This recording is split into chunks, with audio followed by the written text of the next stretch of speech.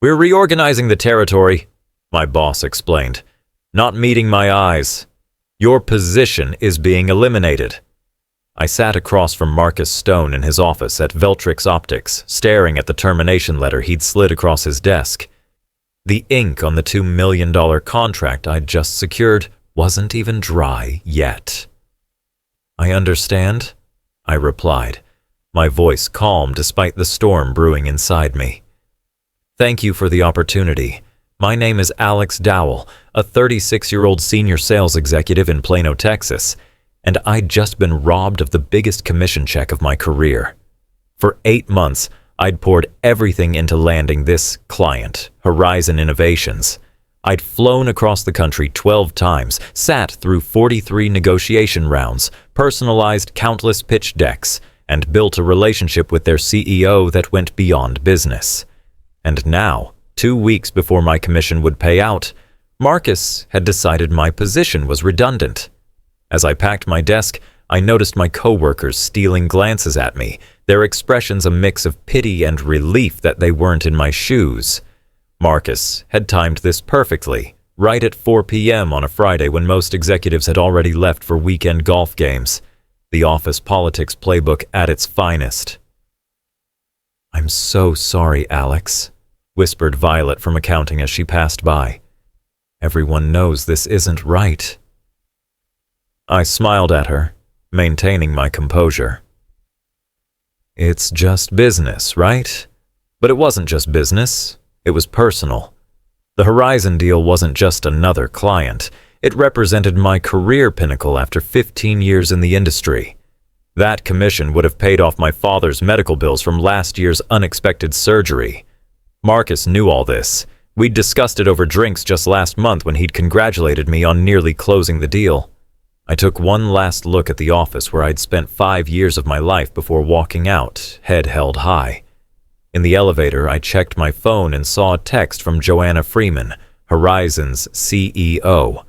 Dinner still on for Wednesday to celebrate the partnership? A small smile formed on my lips. What Marcus didn't understand was that business wasn't just about contracts and numbers. It was about relationships. And my relationship with Joanna wasn't just professional. We'd built a foundation of mutual respect and trust over the past 8 months. She'd shared stories about her children. I'd talked about my dreams of starting my own consultancy someday. As I reached my car, I made a decision. This wasn't over. Not by a long shot. For 5 years, I'd been one of Veltrix's top performers. I'd built my client roster from scratch, turning struggling accounts into gold mines. Last year alone, I'd brought in $4.3 million in new business. The sales plaques and achievement awards gathering dust in a box in my trunk were testament to that. But Veltrix had been changing. 3 months ago, Gregory Hansen took over as CEO, bringing Marcus Stone with him as the new vice president of sales. The whispers started immediately. They were restructuring to maximize shareholder value, corporate speak for cutting corners.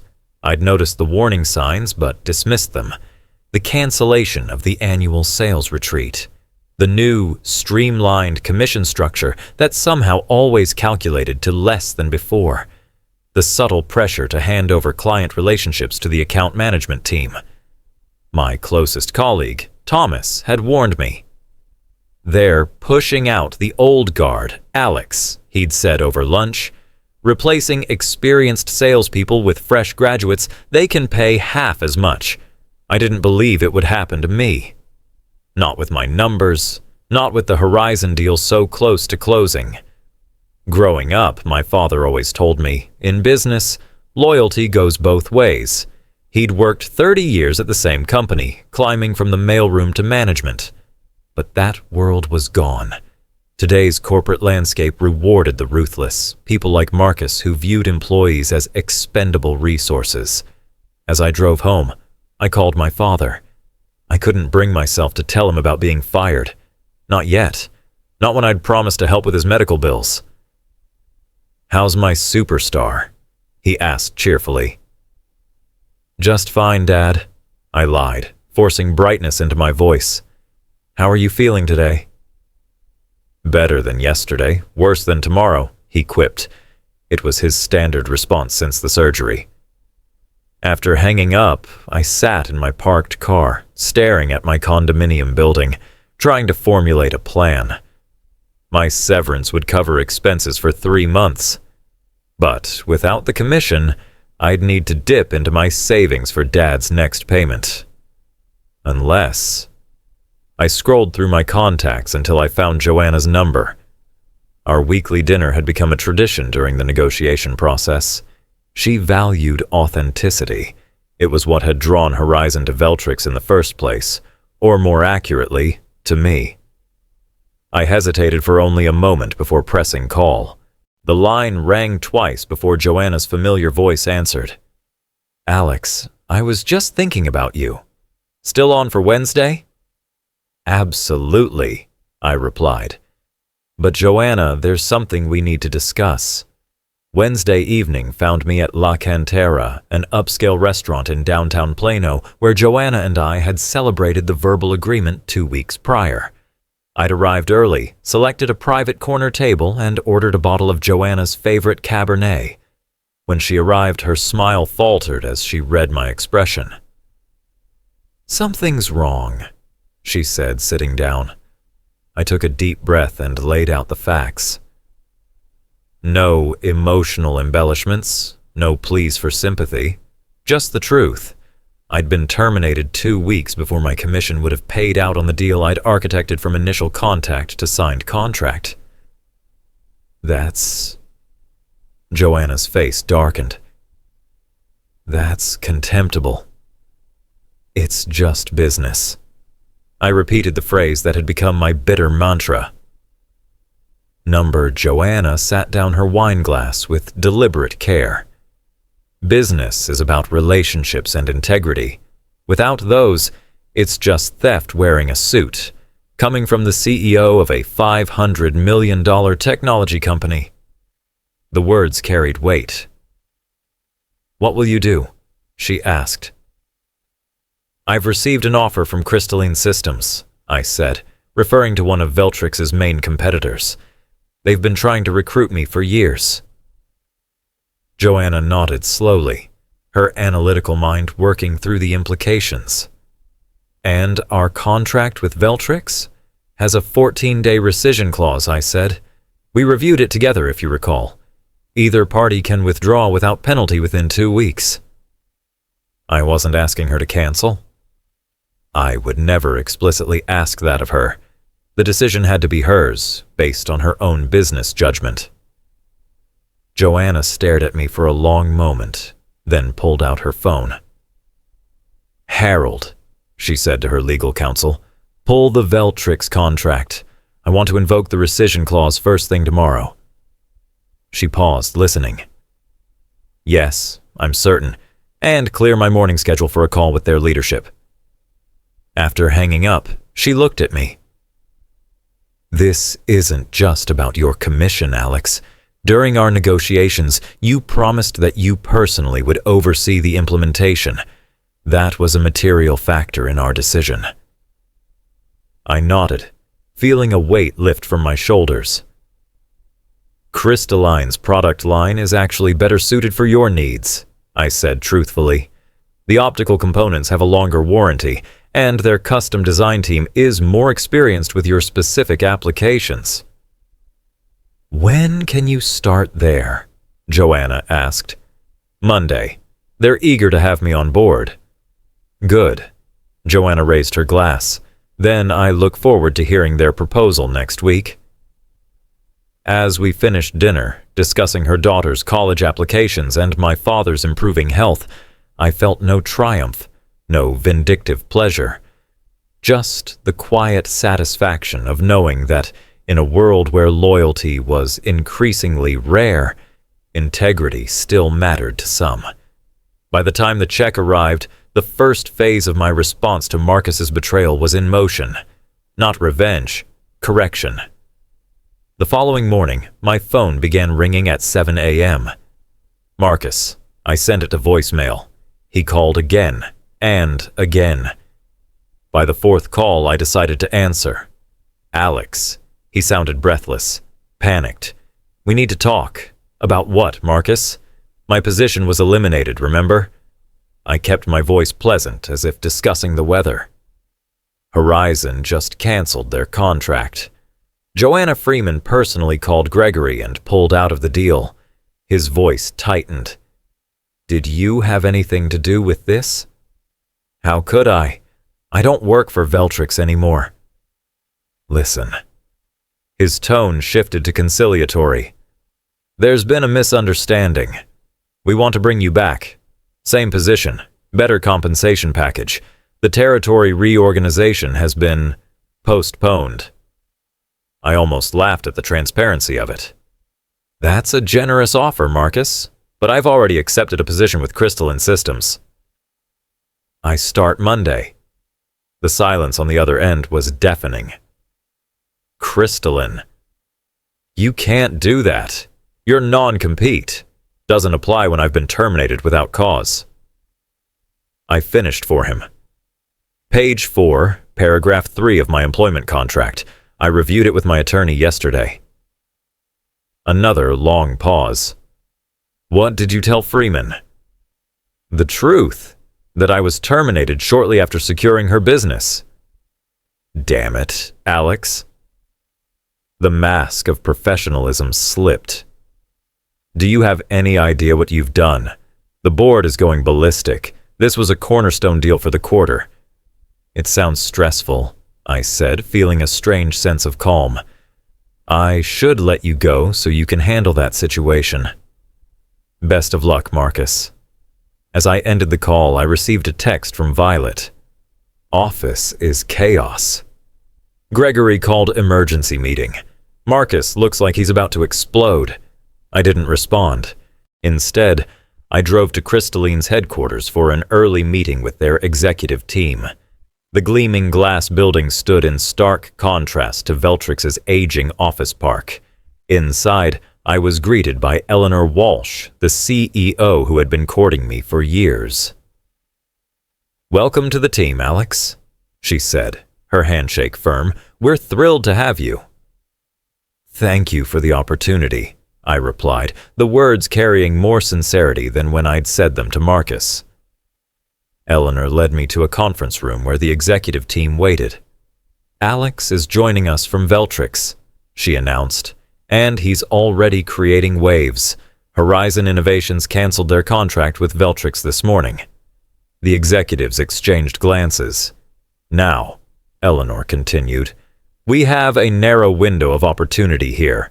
Alex has a relationship with Horizon's CEO. We need to move quickly to present our solution before their procurement team looks at other options. I cleared my throat. I've tentatively scheduled a meeting with Joanna next Wednesday. She's expecting our proposal. Eleanor's smile widened. Perfect. Let's make sure it's irresistible.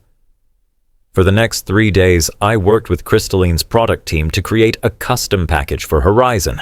Unlike Veltrix's one-size-fits-all approach, we tailored every aspect to their specific needs. The pricing structure I proposed was actually lower than Veltrix's, with better terms and stronger guarantees. This could be a $2.5 million deal, noted the finance director after reviewing my numbers, with expansion potential to $4 million within 2 years, I added. By Monday afternoon, my phone had accumulated 8 voicemails from Marcus and 3 from Gregory, each more desperate than the last. The final one came just as I was leaving Crystalline's office. Alex, this is Gregory Hansen. Whatever Crystalline is paying you, we'll beat it. Name your price. We need you back. I deleted it without responding. Some bridges, once burned, weren't worth rebuilding. Wednesday arrived with unexpected tension. Despite my confidence in Crystalline's superior offering, years in sales had taught me that nothing was certain until contracts were signed. As our team prepared to leave for the meeting with Horizon, I received a text from a number I didn't recognize. It's Thomas. Used Violet's phone. Urgent. Marcus is meeting with Joanna right now, offering 30% discount plus free implementation. My stomach dropped. Marcus was making a desperate countermove. I showed the message to Eleanor. "Can we head over now?"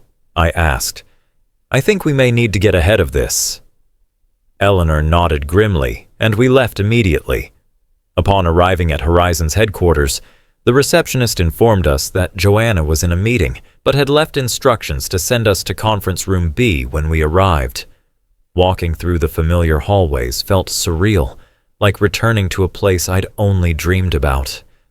When we entered the conference room, I stopped short. Sitting at the table was not only Joanna but Marcus, looking smug, and Gregory, who seemed surprised by our entrance. "Alex?" Joanna stood, smiling warmly. Perfect timing. These gentlemen from Veltrix were just explaining why I should reconsider my cancellation. Marcus's expression shifted from confidence to discomfort as I introduced Eleanor and the Crystalline team. "We were under the impression we had an exclusive meeting," Gregory said, his tone clipped. "I invited both parties," Joanna replied evenly. "I believe in making informed decisions."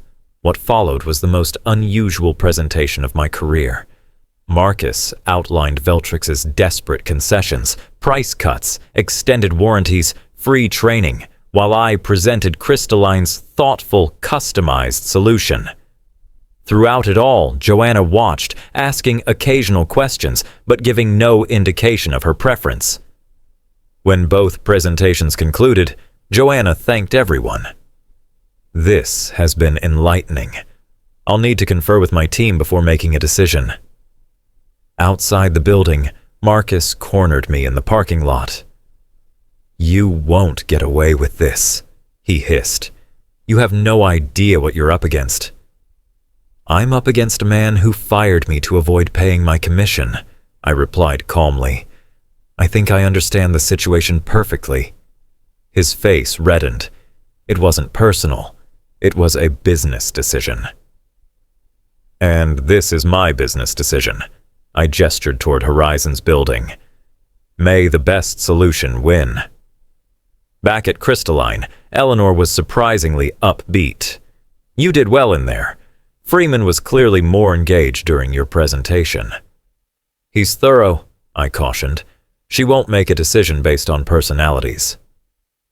2 agonizing days passed. Then, on Friday afternoon, my phone rang with Joanna's number. "We've made our decision," she said without preamble. "Can you come to my office at 4 p.m.? The drive to Horizon felt like traversing a minefield. Had Marcus's desperation tactics worked? Had the substantial price cut swayed Joanna's procurement team? When I arrived, I was escorted directly to Joanna's office. To my surprise, no one from Veltrix was present, just Joanna and her team.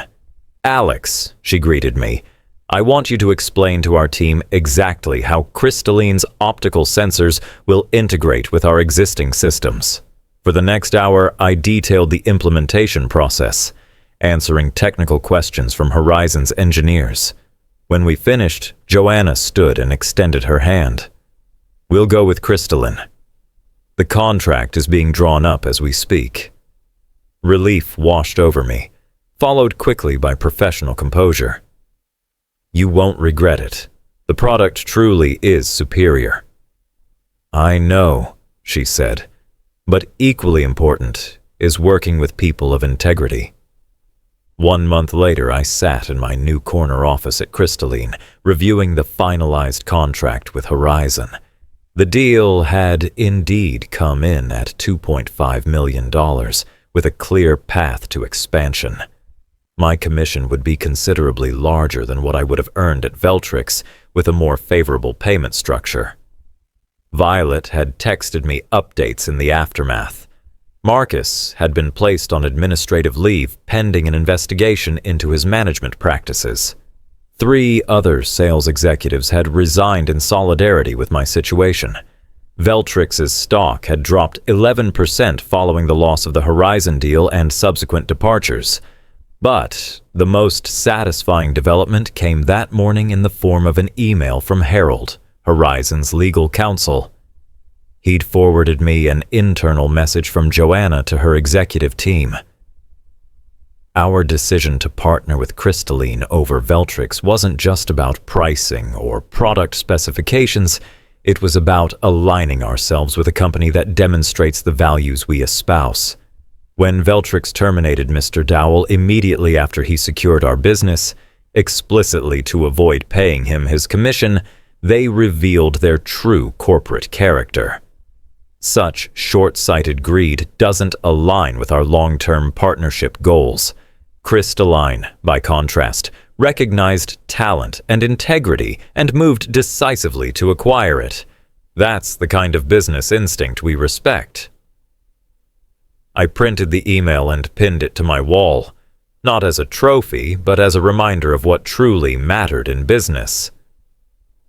Eleanor stopped by my office that afternoon. I just got off the phone with Bedford Industries. Apparently, their procurement officer heard about how we acquired the Horizon contract and wants to discuss moving their business to us. I raised an eyebrow. Bedford. They've been with Veltrix for years. 7 years, she confirmed. Worth about $1.8 million annually. They're concerned about stability and leadership over there. Word was spreading. What Marcus had done to me wasn't just an isolated incident of corporate callousness. It was becoming a cautionary tale in our industry. That evening, as I was preparing to leave, my assistant forwarded a voicemail from Gregory Hansen. Alex, this is Gregory. I want you to know that Marcus Stone no longer works at Veltrix. His actions were not authorized by me or the board. We'd still like to discuss your potential return. Please call me. I deleted the message without a second thought. My new office had a view of the downtown skyline. My team was skilled and motivated. My compensation package included equity in a growing company that valued relationships over quarterly numbers. More importantly, I'd received a call from my father's doctor that morning. The latest tests showed significant improvement. With my new financial situation, I'd been able to move him to a better specialist, one not covered by his insurance. As I drove home, I reflected on the past 5 weeks. I hadn't sought revenge when Marcus betrayed me. I'd simply ensured that consequences found him through his own actions. I hadn't torn down Veltrix. They'd undermined themselves by prioritizing short-term gains over sustainable relationships. My phone buzzed with a text from Joanna. Implementation team says everything's ahead of schedule. Dinner next week to celebrate? Absolutely, I replied. First round's on me. My father's words about loyalty going both ways echoed in my mind. While the corporate world had changed since his time, some principles remained eternal. Integrity, relationships, and the understanding that how you treated people always came back to you in the end. Marcus had taught me a valuable lesson, though not the one he intended. In business, as in life, your reputation wasn't built on what you said, but on what you did, especially when you thought no one was watching. 6 months after joining Crystalline, I stood at a podium accepting the Sales Executive of the Year award at the annual industry conference. Looking out at the audience, I spotted several familiar faces from Veltrix, including Gregory, who offered a tight smile when our eyes met. My acceptance speech was brief and focused on the importance of business ethics and relationship building. I didn't mention Veltrix or the circumstances that led to my departure. I didn't need to. Everyone in the room knew the story. Success in sales isn't just about closing deals, I concluded. It's about creating true partnerships where both sides win. When we forget that, we're no longer sales professionals. We're just transaction processors. The applause was gratifying, but what happened afterward was even more so. A steady stream of industry colleagues approached me, some to offer congratulations, others seeking advice, and a few quietly inquiring about opportunities at Crystalline. Bedford Industries had indeed moved their business to us, followed by 2 other major Veltrix clients. Our company's market share had grown 15%, while Veltrix's had declined by almost 20%. Joanna found me at the reception afterward. "Congratulations," she said, clinking her glass against mine. "Well deserved." "Thank you for taking a chance on Crystalline," I replied. "How's the implementation going?" "Ahead of schedule and under budget," she said. "Your team is exceptional." "They are," I agreed, "and so is yours." We chatted briefly about future projects before she was called away by another associate. As I watched her leave, Eleanor approached. "Have you seen this?" she asked, showing me her tablet. The headline read, "Veltrix Optics announces layoffs amid continuing market struggles." The article mentioned that Gregory Hansen had stepped down as CEO, replaced by the board chairman as interim leadership. I felt no joy at the news, only a sense of inevitability.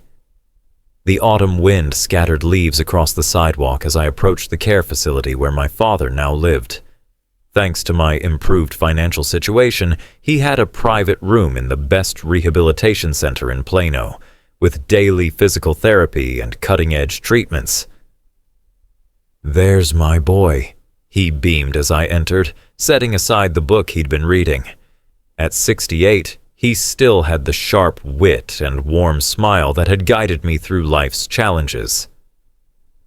"How's the new medication working?" I asked, taking the chair beside his bed.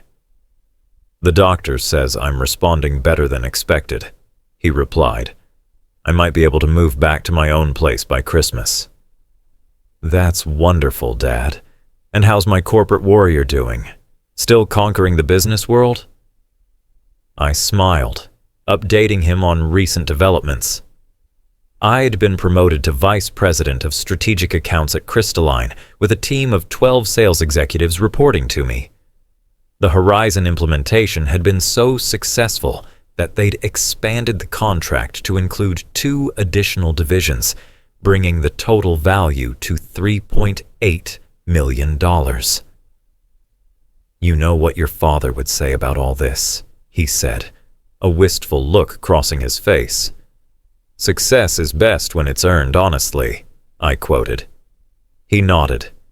"He would be so proud of you, Alex, not just for your achievements, but for how you've achieved them." After leaving the facility, I drove to a local coffee shop where I'd agreed to meet Thomas. He'd left Veltrix the previous month and had been interviewing with several companies. "I've got good news," he said as soon as I sat down. "I accepted an offer from Meridian Technologies. Congratulations, sales position?" "Sales director," he replied, unable to contain his grin. 15% higher base than Veltrix, better commission structure." "They're lucky to have you," I said sincerely. "I almost called Marcus to thank him," Thomas joked. "Being associated with Veltrix these days is like having a golden ticket to the competition. As I built my new team and career at Crystalline, I occasionally thought about Marcus and the lesson he had inadvertently taught me. In the end, how we treat others determines not just their fate, but our own. My revenge wasn't in destroying him. It was in succeeding despite his attempt to devalue my contribution.